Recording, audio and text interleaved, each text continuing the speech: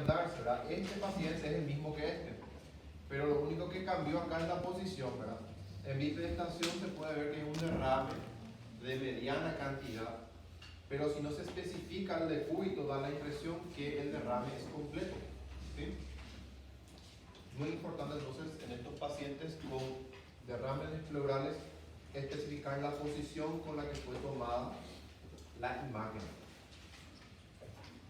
Acá sí vemos una opacificación total, ¿sí? Es un derrame pleural masivo en donde hay desviación de la tráquea de la línea media y también va hacia el lado contralateral, hacia el lado sano, ¿verdad? No vemos acá nosotros las costillas, ¿verdad? A diferencia del neumotórax, en este paciente en donde está aumentando el diámetro intercostal en el lado afectado, ¿verdad? No en el lado sano. Podemos decir que hay opacificación del ángulo costofrénico, cardiofrénico, no veo la silueta cardíaca. Y vemos otra vez la imagen, ¿verdad? De decúbito lateral, ¿sí? En este caso derecho, en donde el derrame pleural está en derrame pleural libre, le decimos nosotros, ¿sí? Esto sería más o menos como es el algoritmo que tienen que ir haciendo y utilizando los métodos por imágenes que tienen a disposición. Primeramente se hace el anamnesis y el examen físico, en donde el paciente tiene taquicardia, taquipnea, dolor pleurítico, ¿sí? Tiene una posición preferencial para disminuir el dolor. Entonces, paciente con sospecha de derrame pleural, ¿cuál es el primer estudio por imagen que vamos a utilizar? Radiografía, ¿verdad? Incidencia posterior anterior y lateral afecta. Si en eso vemos, confirmamos ya el diagnóstico. Si es negativa o dudosa, tendríamos que hacer las radiografías, ¿verdad?, de decúbito lateral para ver si se mueve o no el líquido que está en cuestión para descartar las telectasias. Ahí podemos confirmar. Si aún así no se puede ver, tengan en cuenta que el concatenamiento de la radiografía de tórax va con la ecografía, no la tomografía. Acuérdense que para ver derramamiento en cavidad libre, ecografía es el más recomendado. Entonces, ecografía pleural para ver los derrames. Y si aún así no pueden ver, ahí sí hacen uso de la tomografía, pero la tomografía es menos específica otra vez que la ecografía. Si con todo eso no se ve nada, se descarta derrame, ¿sí? No van a estar buscando la quinta pata. Si es que con todos esos estudios no ven, es porque no hay derrame pleural. Y hay un tipo de derrame llamado derrame intercisural. Miren acá, radiografía de tórax de incidencia posterior anterior, en donde puedo ver yo en el pulmón derecho una masa, ¿sí?, con radiopacificación, contrastando con el parénquima pulmonar. Miren que este paciente tiene acá un marcapaso, ¿sí? Posiblemente paciente con alguna arritmia, puede ser ventricular, no sabemos, no nos especifica ahí, ¿verdad? Eso sería una incidencia posterior anterior. Y miren en la lateral o de perfil cómo se extiende. Voy a marcar acá, creo que hay una opción de marcar acá. Miren, toda esta parte tiene como una barriguita, ¿sí? ¿Qué posibilidad hay que esto sea una atelectasia? Podría ser una atelectasia. ¿Se puede diferenciar con la radiografía? No hay forma. No es una atelectasia muy grande que va a arrastrar el parénquima ni la tráquea. Entonces, muchas veces puede haber derrames intercisurales. Vos corregís la insuficiencia de tu paciente y esta masa que están viendo acá desaparece, ¿sí? Y a eso nosotros conocemos como tumor fantasma, ¿verdad? Nosotros vimos el paciente, ¿verdad?, con su insuficiencia cardíaca, posiblemente sea un trasudado, corregimos la causa de base del derrame, el derrame intercisural desaparece, ¿y dónde está?, ¿verdad? La masa que yo veía acá, eso nosotros llamamos tumor fantasma, pero en realidad no es un tumor fantasma, era un derrame intercisural, ¿sí?, que se puede ver acá. Esa es una presentación atípica de derrame, ¿está bien? Eso es para terminar la parte de lo que sería derrame pleural, ¿verdad? Ahora nosotros vamos a hablar de tuberculosis, ¿sí? Esta es una clase un poco extensa, vamos a dividir en dos partes, ¿sí? ¿Qué es la tuberculosis? ¿Qué me dicen? Antes de ver las imágenes. ¿Quién causa la tuberculosis? Mycobacterium. El Mycobacterium es un Barbara, bacilo ácido alcohol resistente, un Barbara. La tuberculosis es causada fundamentalmente por el Mycobacterium tuberculosis, ¿sí?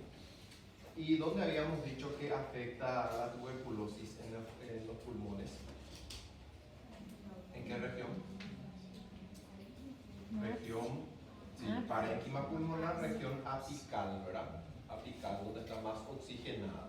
Pero tengan en cuenta algo muy importante, gente. La tuberculosis es la gran imitadora.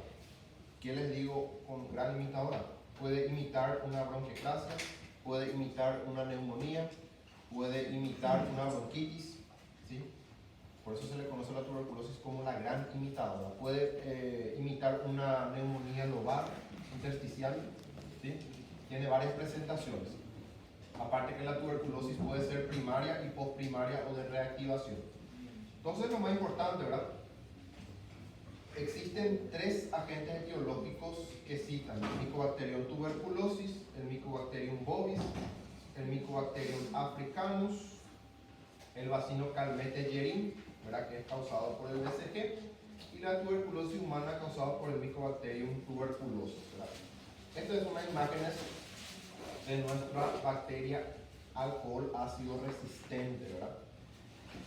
El Mycobacterium tuberculosis no crece generalmente en los cultivos, ¿verdad? Se tiñe por Sear-Nielsen, no se tiñe tampoco con hematoxilina y eosina, ¿verdad? Tiene particularidades. ¿Cuál es el principal reservorio de Mycobacterium tuberculosis? El humano enfermo, ¿verdad? Pero toda micobacteria tiene su talón de Aquiles, ¿verdad? Aunque sea muy resistente a las condiciones de frío, congelación y desecación, es extremadamente sensible al calor, la luz solar y la luz ultravioleta. Esto que están viendo acá son los bacilos en la tinción de Sear-Nielsen. Y si quieren hacer por cultivo es Lowbuster-Jensen. La parte de la clínica vamos a ir bien rapidito nada más, porque ustedes tienen que tener la clínica, ¿verdad?, para sospechar radiológicamente del paciente que tiene tuberculosis, ¿verdad?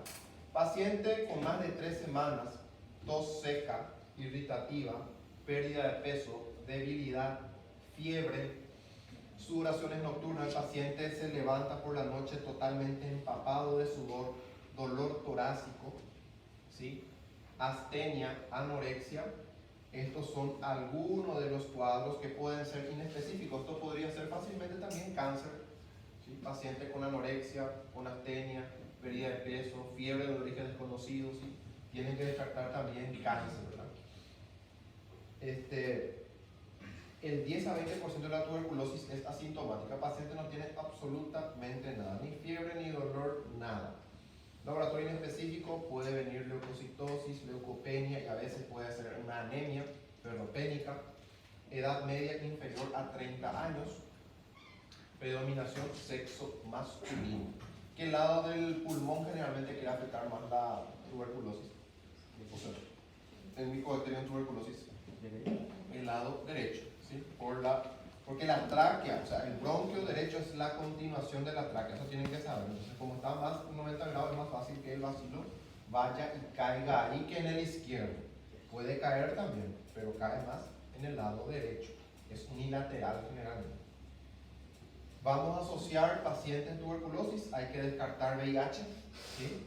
Diabéticos, tratamientos con inmunodepresores y biológicos, pacientes que están haciendo tratamiento con LES, lupus eritematoso sistémico, artritis reumatoidea con medicamentos biológicos, insuficiencia renal, alcoholistas y etilistas, neoplasias, drogadicción y silicosis, ¿verdad?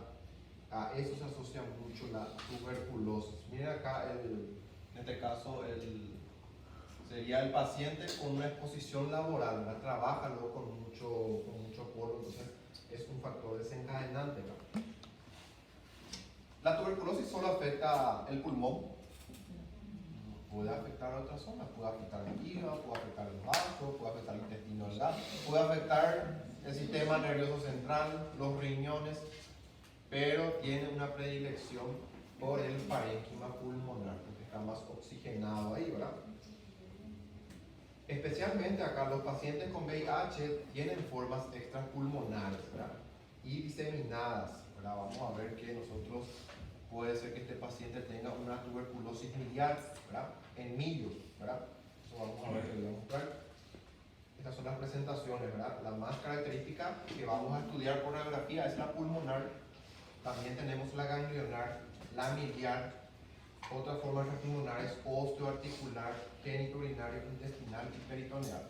Si ustedes van a consumir carne de vaca que no fue enviada al matadero, generalmente está prohibido la faena de los animales si no es en el matadero. Ustedes sabían, no se puede matar una vaca y vender al público la carne porque sí. Se tiene que pasar por el matadero municipal para la aprobación correspondiente. Si ustedes cuando están faenando o ven la carne que tiene pequeñas ampollas, vesículas grisáceas, no consuman, posiblemente sea tuberculosis. Está en las asas intestinales, en las asas gruesas. ¿Sí? Eso es lo que le había dicho, la tuberculosis puede ser primaria y postprimaria o del adulto. En la primaria, en la que afecta a individuos que nunca estuvieron expuestos a la tuberculosis, grupos etarios más afectados son los adultos. Antiguamente eran casi exclusivas de niños y adultos jóvenes. Es la forma habitual de tuberculosis en pacientes con VIH. En la mayoría de los casos pasa inadvertida y solo se detecta por la prueba de tuberculina positiva. En una proporción variable de enfermos según lo masivo de la infección y el estado inmunitario presenta manifestaciones clínicas radiológicas de las infecciones primarias.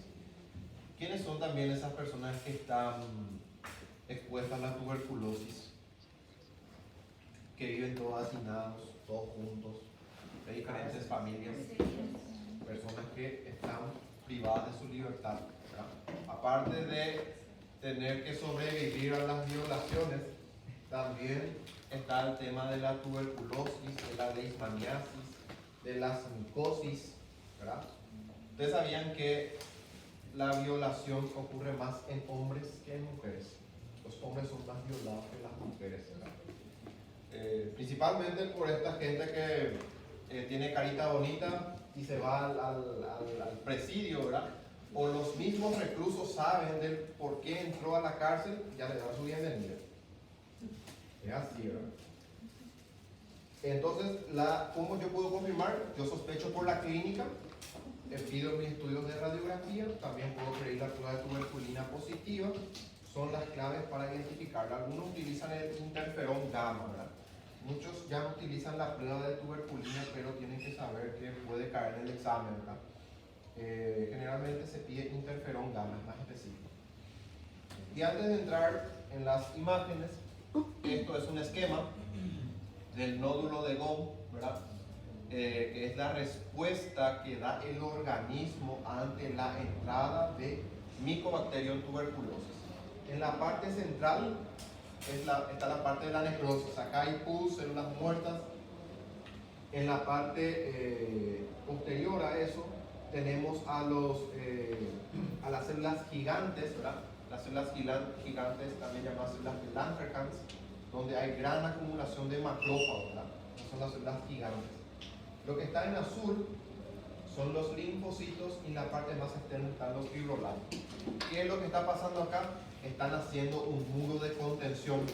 El sistema inmunológico está englobando al Mycobacterium tuberculosis acá, ¿sí?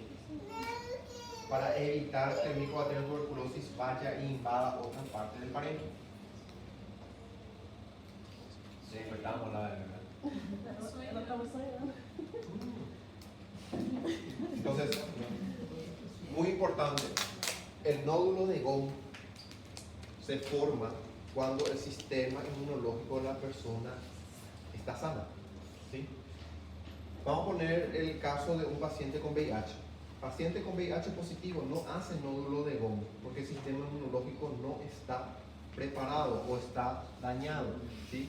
Y por eso la presentación miliar en estos pacientes, ¿verdad? Con diseminación linfática y hematógena. Esto sería la citología del nódulo de Gaume. Y con una inmunidad adecuada formamos un granuloma gaseosa que también se conoce como nódulo de Gaume, ¿sí? Zona inflamatoria parenquimatosa del pulmonar, naturaleza granulomatosa, donde hay resistencia a la tuberculosis. Esta es la respuesta que da el organismo al micobacterium tuberculosis cuando estamos sanos, ¿sí? Y generalmente es por debajo de la clavícula, subclavicular, ¿sí? Y es en el lado derecho. Importante, el granuloma contiene la infección, pero no la cura, ¿sí?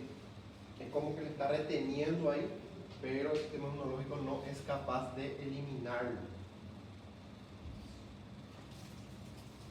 Bien. Esto ocurre siempre, la formación del nódulo de Gaume, en el 95% de los pacientes ocurre. ¿En quién no va a ocurrir? En las personas que tienen tuberculosis primaria. Ejemplo, pacientes con VIH, pacientes que están haciendo tratamiento con inmunosupresores, inmunocompetentes, ¿sí? Inmunidad celular inadecuada. Entonces no vamos a tener una respuesta buena. Miren bien esta imagen. Si yo no colocase acá tuberculosis, ¿a qué correspondería esta imagen? ¿Qué pensarían?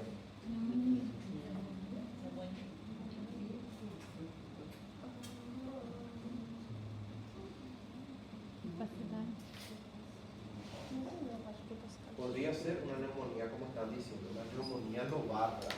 Mal definida, yo no sé en dónde hay zona sana, dónde hay zona enferma, ¿verdad? Entonces es una presentación atípica ya de la tuberculosis, pero no cualquier tuberculosis, tuberculosis primaria, ¿sí?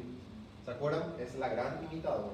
Entonces, como ella no tiene restricción, puede presentarse como ella se le antoje, ¿verdad? En este caso se presentó como una neumonía lobar, ¿verdad? Tipo intersticial, aunque veo que esta parte está todavía relativamente limpio, ¿verdad?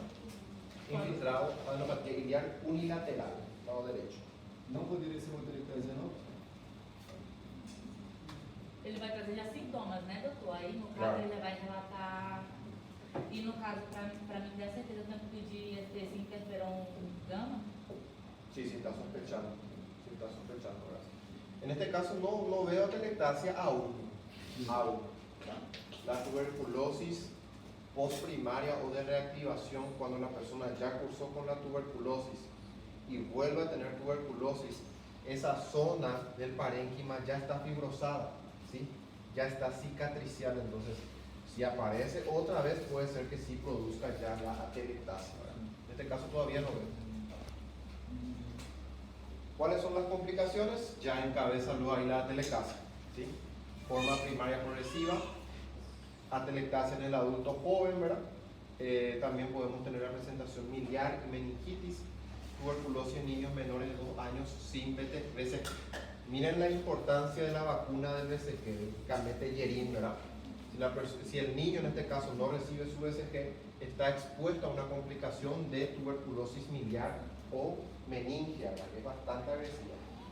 Si el niño menor de 2 años recibió la vacuna contra el BCG, ya la presentación miliar y meningia están excluidas, porque el sistema inmunológico ya tiene las herramientas suficientes para luchar. Miren la primera imagen, ¿verdad? Acá donde yo veo consolidación en el pulmón derecho, en el pulmón izquierdo. Derecho, miren acá la condensación del espacio aéreo, un patrón radiológico común, ¿sí? Lóbulo inferior o segmento apical inferior, adenopatía iliar. Tenemos adenopatías. En ocasiones puede haber excavación, atelectasias, ¿sí? Acá vemos una atelectasia, linfadenopatías también en la región iliar, y acá que vemos en esta imagen, sí, vemos linfoadenopatías también en esta región del lado derecho. ¿Sería derrame pleural o no? ¿Por qué derrame pleural? Ortofrénico, cardiofrénico, línea de Daumaso, ¿sí? Positivo, negativo. Acá yo no veo broncograma aéreo. Hay una opacificación homogénea, ¿sí? Derrame pleural de mediana calidad. Botón aórtico, el resto está libre, ¿verdad? El derrame pleural como manifestación de tuberculosis es particularmente frecuente en adolescentes y adultos jóvenes con tuberculosis primaria en el 50% de los casos. 3 a 7 meses después de la exposición inicial. No es que aparece inmediatamente, lleva su tiempo para que pueda complicarse. Y esto que están viendo acá es una tuberculosis con patrón miliar en millo, en semilla de maíz. Miren todo esto. Estos son micronódulos pequeñitos, esparcidos desde el vértice hasta la base, ¿verdad? Ya lastimosamente en este paciente hay una distribución del micobacterio de tuberculosis por la linfa y por la sangre, ¿sí? Entonces agarró todo, ¿verdad? La tuberculosis postprimaria del adulto también se conoce como el nombre de tuberculosis de reactivación. Afecta básicamente a los adultos, se debe a una reactivación endógena o lesiones primarias antiguas, aunque actualmente se demostró que pacientes que se exponen a una fuente de infección muy contagiosa pueden sufrir una reinfección exógena a pesar de haber padecido ya un cuadro de tuberculosis. ¿Qué quiere decir? El paciente ya tuvo tuberculosis, volvió a reactivarse por reactivación endógena. ¿Qué podría ser eso? Paciente lastimosamente obtuvo VIH, sus defensas comenzaron a bajar, se reactivó su tuberculosis. O si hay una fuente con, a eso nosotros decimos bacilífero positivo, en donde te estornuda por la cara por mucho tiempo, también puedes tener una reactivación por más de que tu sistema inmunológico esté sano. Esta es una tuberculosis postprimaria. Miren cómo ya quedó luego el pulmón del paciente, ¿verdad? Con fibrosis, con cicatrices. Esto es propenso a una atelectasia, ¿verdad? Adultos entre 15 y 40 años. Como vemos ahí, está afectando el segmento superior, ápico posterior y superior inferior de esta región, ¿sí? Esto fácilmente podría confundirse con una neumonía, podría ser una atelectasia, hay que investigar, pero es una tuberculosis postprimaria. Y cuando el paciente ya fallece, eso es lo que nosotros vemos en el pulmón del paciente. Necrosis caseosa, eso van a ver ustedes en anatomía patológica, esto se le llama necrosis caseosa, ¿verdad? El pulmón del paciente quedó como queso, ¿verdad? Queso suizo le decimos, ¿verdad? Está todo perforado, ¿verdad? Totalmente. El parénquima, en este caso, ¿cuál sería, verdad? El lado izquierdo, ¿verdad? Porque solo tenemos una línea, ¿verdad? La oblicua, ¿verdad?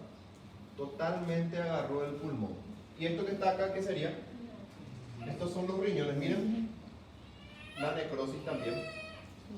Estos serían las pirámides de Malpighi, sanas. Y estos serían las afectadas por la tuberculosis, ¿verdad? Tuberculosis puede estar en cualquier órgano, principalmente tuberculosis primaria, ¿verdad? Pacientes con VIH, inmunodeprimidos, presentación miliar. Vean bien un poco esa imagen de acá. ¿Qué ven de raro?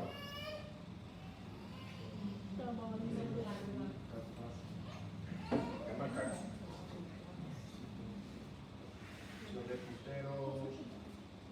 Esto que está acá.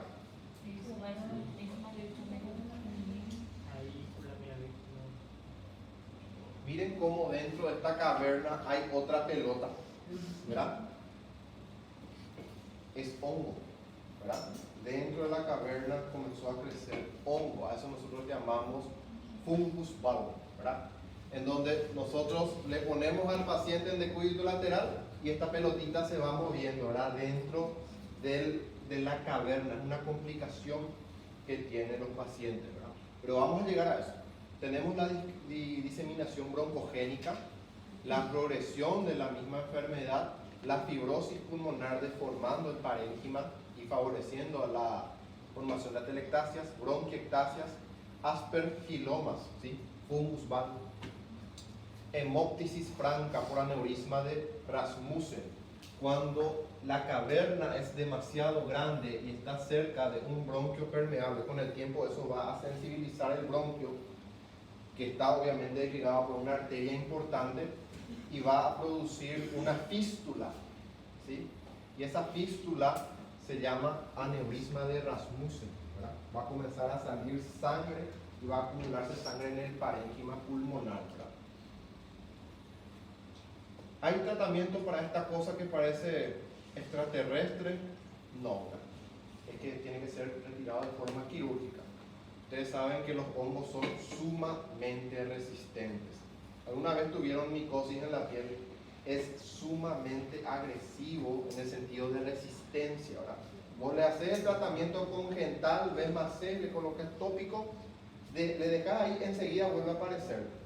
Es sumamente resistente. Imagínense esto que esté dentro de una caverna, ¿verdad? Tiene que ser retirado para evitar esto. Esto sí le puede llevar a la muerte del paciente, el aneurisma de Rasmussen. Esto vamos a ver enseguida. ¿Y esto que está acá? ¿Qué estudio por imagen corresponde?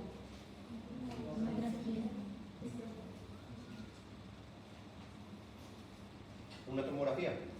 Una tomografía computarizada, axial, en donde vemos, miren el parénquima pulmonar. Acá está el parénquima pulmonar sano con sus bronquios, todo muy lindo. Miren acá el derrame. Derrame y aire. Tenemos un nivel hidroaéreo, ¿verdad? Esto tiene que ser drenado rápidamente.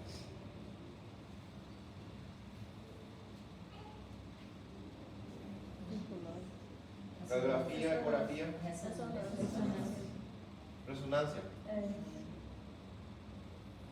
Les voy a mostrar algo para que no confundan. La tomografía, el hueso se ve blanco, blanco, blanco, blanco, ¿verdad? Blanco que te duele el ojo, dice, ¿verdad? Y la resonancia magnética es más amarillenta, grisácea, no golpea tanto, ¿verdad? Entonces esto es una tomografía. Miren el hueso cómo está acá. Y estas lesiones que están viendo acá son los tuberculomas, ¿verdad? Que ya está afectando al parénquima de la masa encefálica. Miren acá. Tá bem boa. Es bastante lindo. Acá. Esto nosotros llamamos como cavitación, ¿sí? Cavitación tuberculosa en la región pulmonar superior derecha. Acá, ¿sí? Y veo yo un nivel hidroaéreo también, ¿sí? No sé si llegan a ver. Acá está el nivel hidroaéreo. Y esto sería la caverna, ¿sí? También puedo ver esa lesión en esta parte, ¿sí?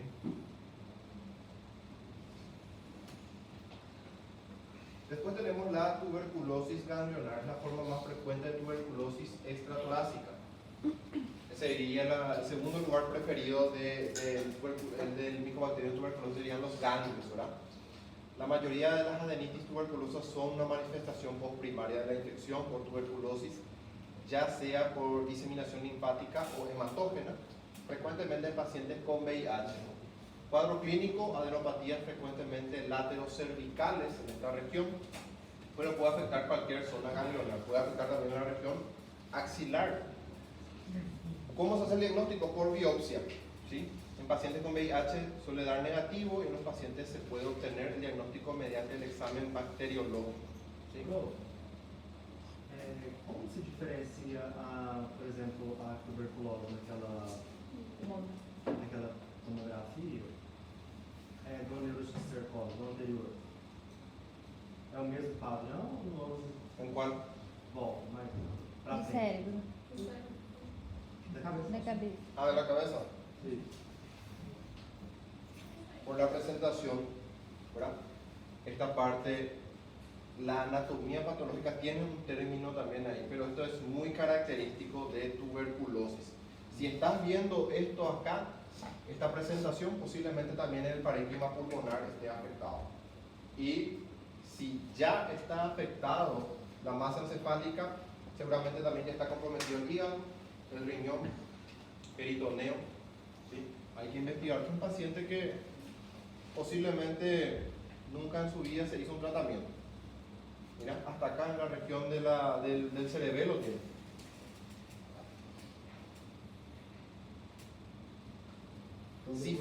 Eso es muy importante. Si forman las cavernas, ¿qué tipo de tuberculosis sería? ¿Primaria o secundaria? Secundaria. Las primarias son pacientes con VIH que no hacen nódulo de Gón. Acá este paciente está haciendo un nódulo de Gón. Esa es la respuesta que da el organismo ante este microorganismo, el micobacterio. Miren la afectación ganglionar, cómo deforma el cuello en sí de la persona, ¿verdad?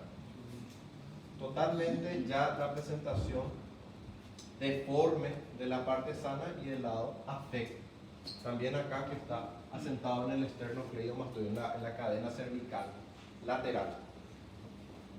Por eso hay que palpar el cuello del paciente. Generalmente cuando tienen una infección, una faringoamigdalitis, ven que hay algunos ganglios que están inflamados, ¿verdad? ¿Cuál es la manifestación más grave de la tuberculosis? La tuberculosis miliar, ¿sí? Que a veces solo se diagnostica ya en la autopsia. Para el paciente cuando muere se diagnostica. Más frecuente en jóvenes y pacientes VIH positivos. Se produce como consecuencia la erosión de un foco tuberculoso, de un vaso sanguíneo y su posterior diseminación al organismo en forma de pequeños gránulos. Miliar, como le había dicho, semejante a las semillas de millo, ¿verdad? De maíz. Cuadro clínico variable. El síntoma más frecuente es la fiebre. La tuberculosis miliar debe tenerse siempre en cuenta en el síndrome de fiebre de origen desconocido. Otro síntoma sería disnea, tos, afectación del estado general. La diseminación puede expresarse clínicamente solo en los pulmones y solo en las meninges, pero es frecuente la clínica en ambos sitios, ¿verdad? Eso es lo que le había dicho. Si están encontrando en las meninges, también van a encontrar en los pulmones y en los ganglios, ¿verdad? Para el diagnóstico es muy útil el patrón radiológico, estudios histológicos y microbiológicos de biopsia, pulmón, hígado, médula ósea, puede ser la clave diagnóstica. También debe buscarse el bacilo en muestras respiratorias de esputo, bronco aspirado, lavado broncoalveolar, sangre o líquido cefalorraquídeo. Pronóstico favorable si se instaura el tratamiento adecuado. ¿Ya dieron ustedes tuberculosis en clínica o todavía no? ¿Patología médica? El esquema RIP-P, ¿verdad? Rifampicina, isoniazida, piracinamida y estambul. Fármaco. Esquema RIP-P por 6 meses. Miren la presentación miliar, la más grave y la más agresiva. Patrón miliar en millo, bilateral. Y miren cómo se ve en la tomografía. Corte de un TC pulmonar en un caso de tuberculosis miliar. Son micronódulos menor a 3 milímetros.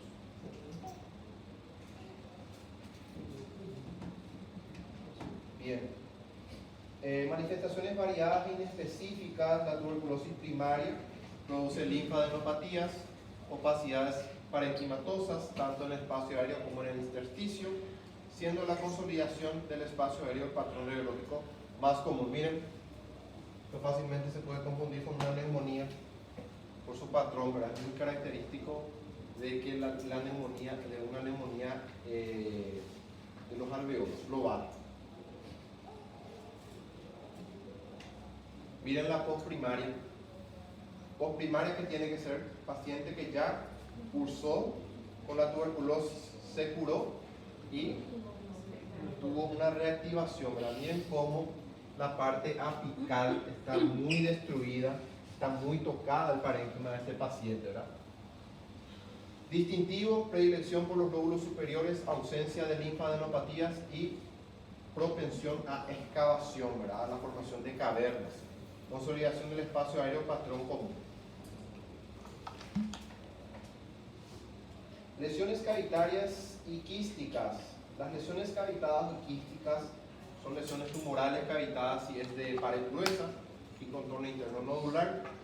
Y la cavidad tuberculosa si existe una reacción inflamatoria de ¿qué sería?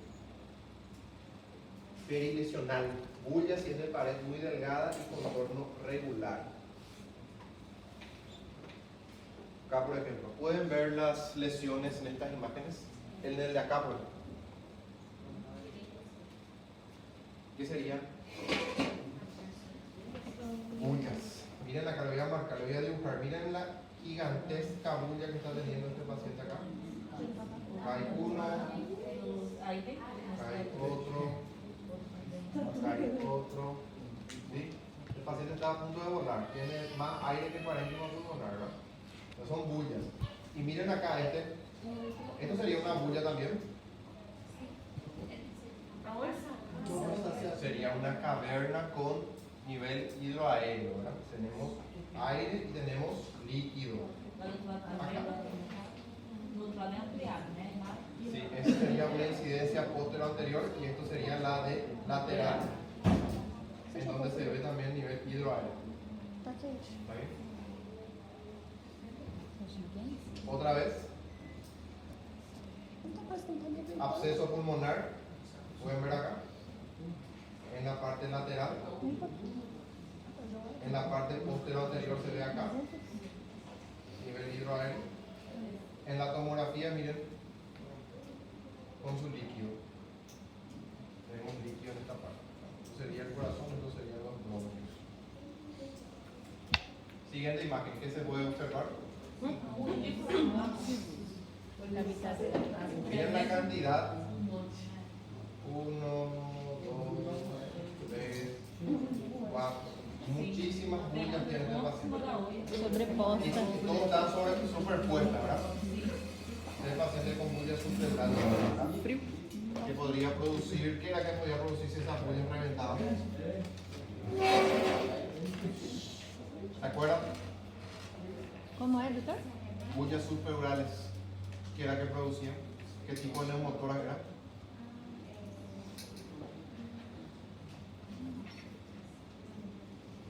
Idiopático o primario, ¿verdad? No es igual al iatrogénico que cuando nosotros causamos, ¿verdad? Las bullas subpleurales, el paciente generalmente tiene las bullas en la región apical, paciente asintomático, en reposo y bueno, revienta, ¿verdad? Y puede generar un neumotórax primario o idiopático de causa desconocida significa. Tiene muchísimo, ¿verdad? En esta región y todo lo tenemos. Acá. Un enorme no lado esquerdo. Lado izquierdo, derecho. Izquierdo. Miren, la gigantesca caverna, un absceso, ¿verdad? Con nivel hidroaéreo. Hay que investigar que posiblemente sea tuberculosis, ¿verdad? Se estourar a bolha, não botar primária, você falou? Ou qual é o outro nome? Idiopático. Neumotórax. Bulla subpleural. Y acá en esta imagen, acá, ¿verdad? Tomografía computadorizada, en donde yo puedo ver en el pulmón, en este caso sería el lado derecho, una gran caverna, ¿verdad? Con líquido en su interior. Todo esto es líquido. Tengo un pequeño nivel hidroaéreo también acá. Esto que están viendo acá, gente, son vasos. Y esto que van en forma lineal son bronquios. Sí, no confundan. Lesiones cavitarias más frecuentes, la que estamos hablando es la tuberculosis. Se puede presentar como un aumento de densidades, sobre todo en el lóbulo superior, y regresión de la periferia al centro. Debemos buscar el complejo de Egon, pero no siempre el complejo de Egon va a estar. ¿En qué porcentaje está el complejo de Egon? 95% de los pacientes van a tener complejo de Egon, pero hay un 5% que no, porque va a ser tuberculosis primaria. Aparte puede tener adenopatías en la región iliar, son muy frecuentes en el grupo traqueobronquial derecho. Puede existir afectación pleural unilateral, sobre todo en adultos jóvenes. Va a ser una de las causas más frecuentes de patrón intersticial micronodular, tuberculosis miliar, la que dijimos que es la más agresiva. Múltiples cavidades de paredes gruesas en lóbulos superiores indican tuberculosis antigua. Esto, por ejemplo, que están viendo en la imagen a continuación, corresponde a una tuberculosis postprimaria, ¿verdad? o de reactivación, en donde vemos todo este parénquima fibrosado en la región apical, ¿sí?, que se está reactivando en este paciente. Esto puede con el tiempo producir una atelectasia porque todo el parénquima ya está comprometido en esta región. Entonces, haciendo un resumen, la tuberculosis primaria en el adultos estaba en el ápice o bases, niños, es más global, aspecto muy discreto hasta la conciliación lobar periférica. Ahora, eso es lo que nos puede confundir con neumonía. Las cavitaciones en este grupo es poco frecuente. Al calcificarse tenemos el granuloma o foco de Gón, que es infrecuente también. Linfadenopatías, 10 al 30% de los adultos, muy común de los niños. Y derrame pleural, 30 a 40%. 7 meses, o sea, de 3 a 7 meses después se presentan los derrames pleurales. Y esto sería ahora la presentación de nuestra tuberculosis postprimaria, ¿verdad? Un patrón que nos recuerda mucho a la neumonía lobar, en este caso el lóbulo medio. Miren cómo la tuberculosis primaria, secundaria de reactivación está más en la región apical, parénquima comprometido, fibrosis, ¿sí? Vemos ahí el lóbulo de Gón, no se puede apreciar bien porque hay superposición de imágenes, pero debería de estar. ¿Y cómo se ve una tuberculosis resuelta? Un paciente que cursó con tuberculosis y se curó, generalmente tiene estos complejos que están viendo acá, que son los complejos de Rankin, ¿sí? Aparte de la parte linfática que quedó agrandado, ¿sí?, quedó engrosado ahí. Esto es el complejo de Rankin. Muchas veces también puede quedarse con fibrosis en la región apical, ¿sí? Y cuando tenemos fibrosis tenemos menor volumen en el lado del pulmón afectado, ¿no? Esto sería la presentación miliar, ¿verdad?, la más agresiva de todas, ¿verdad? Patrón miliar, miren cómo se ve en la tomografía y en la radiografía sí se aumenta, y acá hay una imagen que hace alusión a las semillas de niño, ¿verdad? ¿Cómo yo hago el diagnóstico de mi tuberculosis? Sospecha clínica. Muy bien. La literatura sigue insistiendo con la prueba de tuberculina, ¿verdad? Si es que no tienen el interferón gamma, van a tener que hacer la prueba de tuberculina, ¿verdad?, que está guiada por la técnica de Mantoux, para conocer si un individuo ha sido infectado por el Mycobacterium tuberculosis. Se estudia su respuesta de hipersensibilidad retardada frente a los compuestos antigénicos específicos del bacilo. Esto sería el principio en el que se basa esta prueba. La tuberculina se obtiene del cultivo del Mycobacterium tuberculosis, obviamente esterilizado y concentrado. Actualmente está formado por un derivado proteico purificado que es el PPD.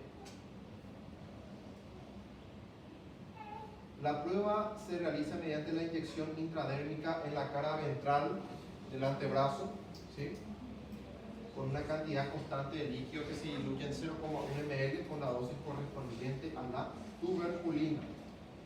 La sensibilización del individuo se manifiesta con una reacción de inmunidad celular que produce una zona de induración en el sitio de inyección que se comprueba 48 a 72 horas después. Esto sería.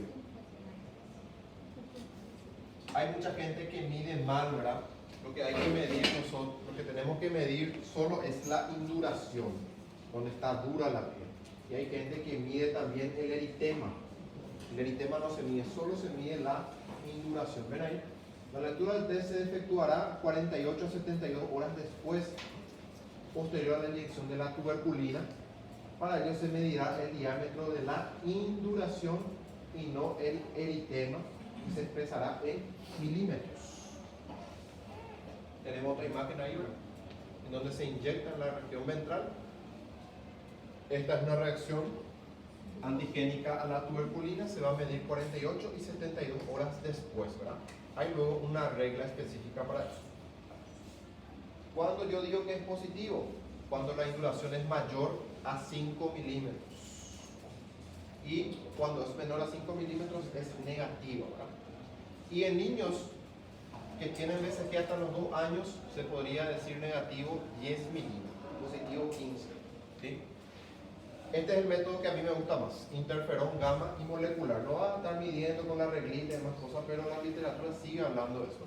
Es un poco más costosa, pero vos haces el estudio con interferón gamma y es mucho mejor. ¿Y cuánto tiempo necesitas para ir al estudio con interferón gamma? El interferón gamma puede estar en 24 horas ya, porque es ELISA. Depende del laboratorio, ¿vale? Si tiene muchas pruebas, pero esto sí tiene que ser 48 y 72. Ese es lo que me estaba diciendo. Técnica in vitro basada en la detección de interferón gamma. La técnica consiste en la detección de interferón gamma liberado como respuesta a la estimulación in vitro de las células T sensibilizadas presentes en sangre periférica con antígeno específico del Mycobacterium tuberculosis. ¿Sí? También hay otras formas de exámenes, ¿verdad? Tenemos también el examen directo que le había ya adelantado, que es Sears-Nielsen. Y si quieren hacer cultivo, pueden hacerlo Wachter Jensen. Bien. ¿Están entendiendo ahí? Bueno,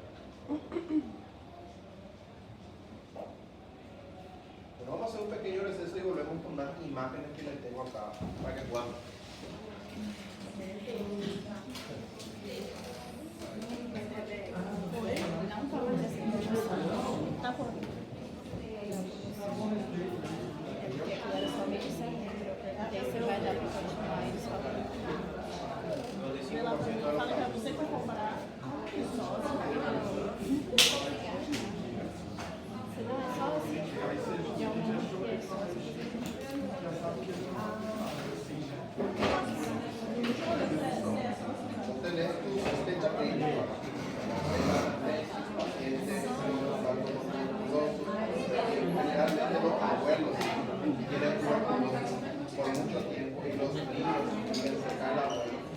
Pero si el niño recibió la BCG, probablemente haya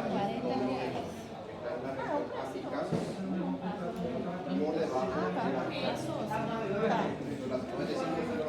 Vê passando aí. Amiga.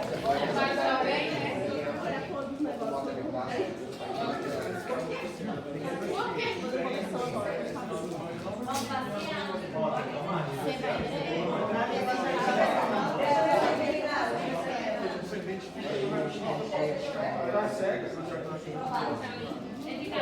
Aparte que tenés que hacerle si el paciente no tiene VIH, sífilis, para que son factores predisponentes.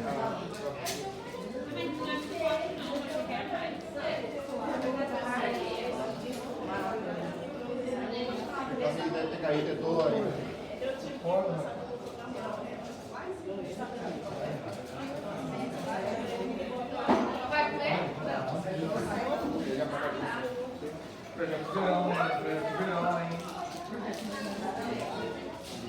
Tiveram